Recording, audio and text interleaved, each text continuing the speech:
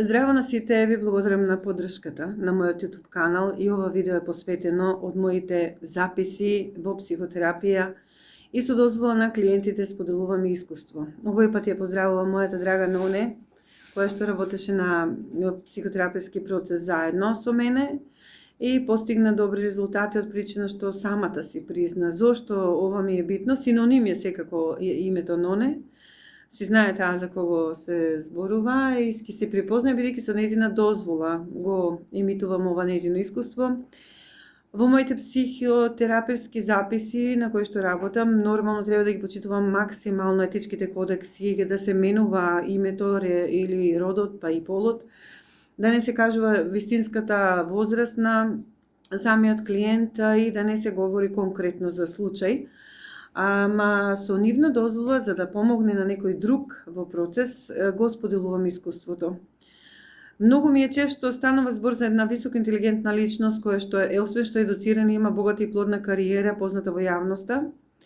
Многу ми е често работи многу на себе и инспирирана од многу дела на светски автори кои што се занимаваат со психотерапија.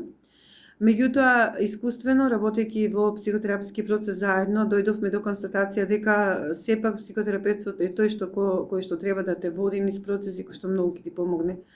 А задоволство ми е што таа денеска го призна тоа. Уште еднаш поздрав до неа. Ама тешко ми е, не знам како да почнам за оваа тема. Малку лично го сваќам ова видео затоа што и истото ќе биде посветено и на една прекрасна друга личност. Станува збор за своевиден, високо познат во спортските кругови, сестрена личност, освен што е атлет, многу начитен, талентиран музички во секоја смисла. И Ноне и овој другиот клиент ми се голема инспирација да го споделам ова искуство, затоа што коинциденција се случи дека овие двајца клиенти сосема непознати, не се знаат еден со друг, не комуницираат, никогаш не се сретнале, ама во овој психотераписки процес токму денес, случајно или не, коинцидира да споделиме едно искуство дека тие двајцата се жртви на личности со кои што биле, а имаат нарцисоидно пореметување на личноста. Искрено да ви кажам, многу ми е тешко кога говорам за нарцисоидното пореметување на личноста, бидејќи е препопуларна тема, насекаде се брои говори и тоа што треба и тоа што не треба. Ја не говорам за тоа како настанале грандиозните нарцисоидни пореметувања на личности, иако двата мои клиента се жртви на такви личности, туку ќе говорам од аспект на жртвите, со нивна дозвола секако. Во првиот случај се работи за личност која што вели јас не сум доволно добра, јас не му бев доволна, јас не можев да му угодам, затоа по 6 месеци од нашата релација тој ме напушти. Едноставно, не можам да не препознавам уште при првата реченица од мојата клиентка дека се работи за тоа дека таа е жртва на грандиозен нарцис. Иако Светската здравствена организација ќе ја укине оваа терминологија, наскоро нема да ја користиме, или веќе во некои земји од западниот свет е укината, бидејќи сума сумарум живееме во така наречено нарцисоидно општество. Начинот на кој што се пласира секоја од личностите преку селф-културата е многу присутен, така да ќе се исклучи како патологија, туку ќе се работи темелно со изучување или унапредување на емоционалната писменост што е кај децата од најмала возраст, со цел да се одбегнат создавањето на идентитети како нарцисоидни пореметувања на личноста. Како можам да ја објаснам на заљубена жена која што е во процес на длабока поврзаност и посветеност на личност, партнер, дека таа истата личност во која што таа верува, полага надеж и сака да продолжи со животот е апсолутно недопирлива. Значи и емоционално и секако. Но јас да почнам со ред тоа што ја го објаснив и на клиентката, бидејќи на нејзино барање беше да се даде пошироко убедително, аргументирано образложение.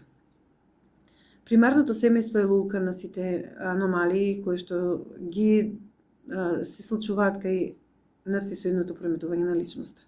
Најчесто вела дека нарцисот е во машки род, не е апсолутно. Нарцисоидна црта на личноста најмногу имаат мајките. И тие секогаш од нивните деца бараат да бидат најдобри и успешни, да имаат петки во училиште, да имаат да се подобри од другите, подотерани, поубави и така натаму. Едноставно ги форсираат и децата, за да добијат вистинска љубов која што треба да добијат по природен пат, бараат валидација. Нарцисоидната личност која што добива пореметување во самиот идентитет и е потребно да се храни со егото на другите луѓе во партнерски односи, во кариерни односи и така натаму, едноставно им треба чопор. Им треба околина која што секогаш ќе им вика дека сте најдобри, најубави, вие сте најпозитивни, вие за секоја ситуација браво. Значи нарцисот, особено грандиозниот, не прифаќа никаква критика. И во моментот кога ќе забележи дека неговата партнерка е попопуларна од него и е почитувана од него, тука застанува се. Не се работи за љубов, бидејќи грандиозниот нарцис не знае да сака, едноставно знае да одглуми емпатија. Во случајот со мојата клиентка, додека ставме да објасниме дека тој имал преживеано некаква травма во детството, по која успеал да ја надживее травмата, меѓутоа во неговата душа станала огромна празнина. Токму таа празнина ја надополнува со тоа што се храни со околината која што му се воодушевува и во него гледа како Бог. Си создава собствена околина на која што ќе е лидер. Веројатно сега препознавате и бројни политичари или раководители или менаџери или пак не знам од вашето окружување луѓе кои што едноставно многу им е значајно да бидат лидери, алфа, ама потоа се повлекуваат во себе и е потребно да се саморегулираат во тишина.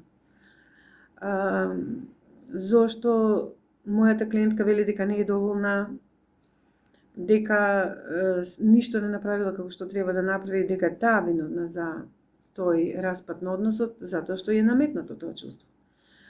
Како жртва на нарцисоидно прометување на личноста, дали се работи за партнер, за пријател, за надреден во работа, секој од вас би сакала да примени една вежба која што ќе ви помогне за препознавање на таквите карактеристики и да се отстраните од личностите кои што едноставно никогаш нити ќе побарат терапија за нивното однесување, нити ќе дојдат на психотераписки процес, значи никогаш не доаѓаат грандиозните нарциси, полни се со себе, ниту пак ќе признаат дека се нарциси. А можеби и не знаат.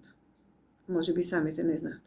Но како да се спасиме, односно заштитиме, па јас би рекла да се направи промена на наративот кој гласи дали јас сум доволно добра за некого.